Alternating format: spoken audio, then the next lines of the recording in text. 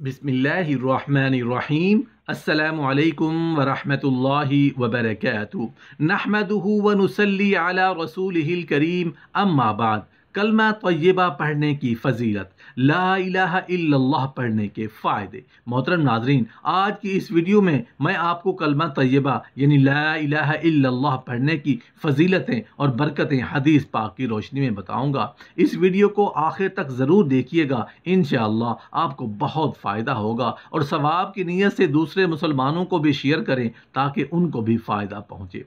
हज़रत इब्न दीनार रहमतुल्लाह अलैह फरमाते हैं कि मैंने हज़रत अबू माशर रहमतुल्लाह अलैह से अर्ज़ किया, अल्लाह ताला का जो जिक्र इंसान दिल ही दिल में करता है उसे फरिश्ते किस तरह लिखते हैं? उन्होंने फरमाया, वो उसकी खुशबू पाकर लिखते। हज़रत फजल बिन ईसा रहमतुल्लाह अलैह फरमाते हैं, जब इंसान पर मौत की हालत तारी होती है तो उसके फरिश्ते से कहा जाता है, अब ठहर जा, उसका आमाल नामा लपेट दे। तो वो कहता है, नहीं, मुझे क्या मालूम, शायद ये कलमा तय्यबा ला इलाहा इल्लल्लाह पढ़ ले और मैं उसके लिए उसे लिख दूँ। रसूलुल्लाह सल्लल्लाहु अलैहि वसल्लम ने इरशाद फरमाया, अल्लाह ताला ने दो फरिश्तों को अपने मोमिन बंदे के सुपुर्द कर रखा है जो उसके आमाल खैर और शर लिखते रहते हैं। जब ये इंसान फौत हो जाता है तो ये दोनों फरिश्ते जो मोमिन के सुपुर्द किए गए थे कहते हैं, ऐ हमारे परवरदिगार, ये शख्स तो अब वफात पा चुका है, हमें इजाज़त मरहमत फरमा कर कि हम आसमान की तरफ रुजू करें। अल्लाह तबारक व तआला फरमाता है, मेरा आसमान मेरे फरिश्तों से पुर है, तुम मेरी तस्बीह बयान करते रहो। वो अर्ज करते हैं, क्या हम ज़मीन पर ठहरे रहें? तो अल्लाह ताला फरमाता है, ज़मीन भी मेरी मखलूक से भरी हुई है, तुम मेरी तस्बीह पढ़ते रहो। वो अर्ज़ करते हैं, हम तस्बीह कहाँ पर बयान करें? अल्लाह ताला फरमाता है, तुम मेरे उस बंदे की कब्र पर रुके रहो और मेरी तस्बीह, तारीफ़, किबरियाई और कलमा तय्यबा कहते रहो, और ये सब कुछ मेरे उसी बंदे के लिए क़यामत तक के लिए लिखते रहो। हज़रत अबू हुरैरा रज़ियल्लाहु अन्हु से रिवायत है कि रसूलुल्लाह सल्लल्लाहु अलैहि वसल्लम ने इरशाद फरमाया, मेरी शफाअत का सबसे ज़्यादा नफ़ा उठाने वाला वो शख्स होगा जो अपने दिल के खुलूस के साथ ला इलाहा इल्लल्लाह कहे। कम अज़ कम एक तस्बीह कलमा रोज़ाना पढ़ने का मामूल बना लिया जाए तो इससे कलमे का अखलास भी नसीब होगा और क़यामत के दिन ऐसे रोशन चेहरा वाला उठेगा जैसे 14वीं रात का चांद होता है। हज़रत अबू हुरैरा रज़ियल्लाहु अन्हु से रिवायत है कि उन्होंने अर्ज़ की, या रसूलुल्लाह सल्लल्लाहु अलैहि वसल्लम, क़यामत के दिन आप सल्लल्लाहु अलैहि वसल्लम की शफ़ाअत से बहरा मंद होने वाले खुश नसीब लोग कौन होंगे?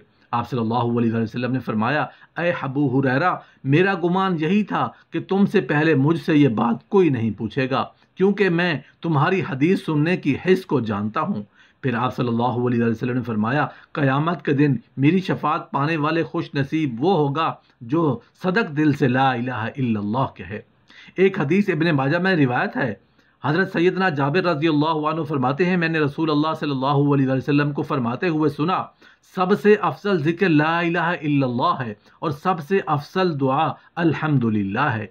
इस हदीस मुबारका से ये मालूम हुआ कि ला इलाहा इल्लल्लाह सबसे अफसल ज़िक्र है। हज़रत सैयदना अबू हुरैरा रज़ियल्लाहु अन्हु रिवायत करते हैं कि रसूलुल्लाह सल्लल्लाहु अलैहि वसल्लम ने इरशाद फरमाया, जिस शख्स ने अखलास के साथ ला इलाहा इल्लल्लाह कहा तो आसमानों के दरवाजे खोल दिए जाते हैं, यहाँ तक कि वो कलमा अर्श तक पहुँच जाता है, यहाँ तक कि कबीरा गुनाहों से बचा रहे। यानी कि मुसलमान अपने आप को कबीरा गुनाहों से बचाए और सदक दिल से इखलास के साथ पढ़े ला इलाहा इल्लल्लाह, तो आसमानों के दरवाजे खोल दिए जाते हैं और उसका ये पढ़ा हुआ कलमा अर्श तक पहुँच जाता है और अल्लाह की बारगाह में कबूल हो जाता है।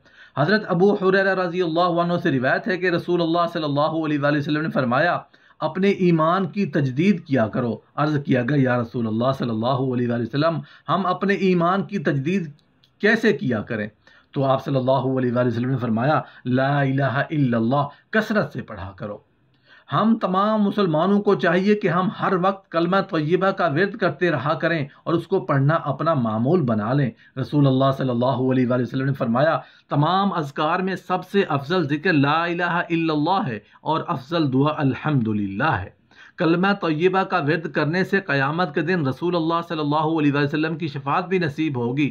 ہمیں کلمہ طیبہ کا ورد کرتے رہنا چاہیے، چلتے پھرتے، اٹھتے بیٹھتے، لیٹتے، ہر وقت کلمہ طیبہ کا ورد جاری رہنا چاہیے۔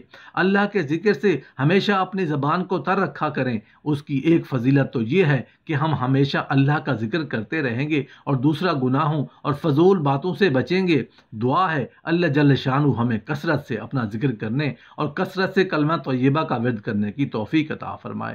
جب کوئی شخص اسلام قبول کرتا ہے تو سب سے پہلے یہ 7 لفظ دہراتا ہے جسے کلمہ طیبہ کہا گیا ہے۔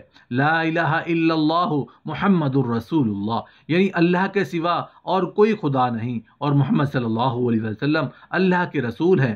پس جس نے کلمہ لا الہ الا اللہ محمد الرسول اللہ کا اقرار زبان سے اور تصدیق دل سے کر دی اور اسلامی برادری میں شامل ہو گیا، خواہ وہ مصری ہو یا نائجیریا کا حبشی ہو، اب جب کہ وہ مسلم ہے تو ایک خاندان کا توحید کا فرد ہے جس کا گھرانہ کسی خاص وطن اور مقام سے تعلق نہیں رکھتا بلکہ تمام دنیا اس کا وطن ہے۔ یہی وہ بنیاد تھی جس نے ابو جہل، ابو لہب کے خاندانی رشتوں کو بھی نبی کریم صلی اللہ علیہ وسلم سے توڑ دیا اور بلال حبشی اور صہیب کا رشتہ جوڑ دیا۔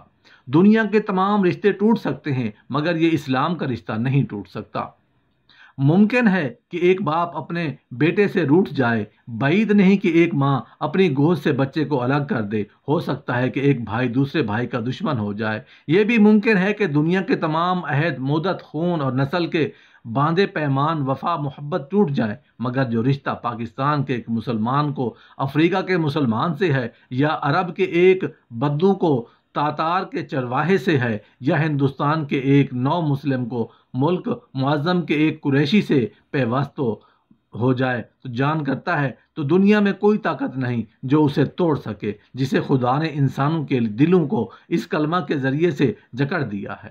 اسلام کے بزرگ و بار کے اگرچہ بہت دور تک پھیلے ہوئے ہیں مگر اس سب کی جڑ صرف ایک کلمہ لا الہ الا اللہ محمد الرسول اللہ ہے۔ انہی 2 جملوں میں تمام اسلامی عقائد کا خلاصہ اور لب لباب نکل آتا ہے۔ یہی کلمہ اسلام کا جوہر ہے، یہی کلمہ ایمان کی روح ہے، یہی کلمہ راستی کا نشانہ ہے، یہی کلمہ ہدایت کا زندہ تصویر ہے۔ اسی کلمہ سے دائمی راحت نصیب ہوتی ہے۔ اسی کلمہ کی بدولت مسلمان خیر الامم کے لقب سے سرفراز کیے گئے ہیں اور اسی کے چھوڑنے سے آج ان کو ذلت میں گرا دیا گیا ہے۔ دنیا کے باوجود کامدار اسی کلمہ پر ہے۔ حدیث میں آتا ہے کہ جب تک لا الہ الا اللہ کہنے والا کوئی ایک بھی زمین پر ہوگا قیامت اس وقت تک نہیں آئے گی۔ یہی کلمہ جنت کی کنجی ہے۔ ایک حدیث میں وارد ہے کہ جنت کی قیمت لا الہ الا اللہ ہے، یعنی یہ وہ کلمہ ہے جس کے باعث زمین و آسمان قائم ہے۔ اسی کلمہ کے باعث جنت و دوزخ کا بازار لگا ہے۔ یہی وہ کلمہ ہے جس کے بارے میں اگلوں اور پچھلوں سے پرسش ہوگی۔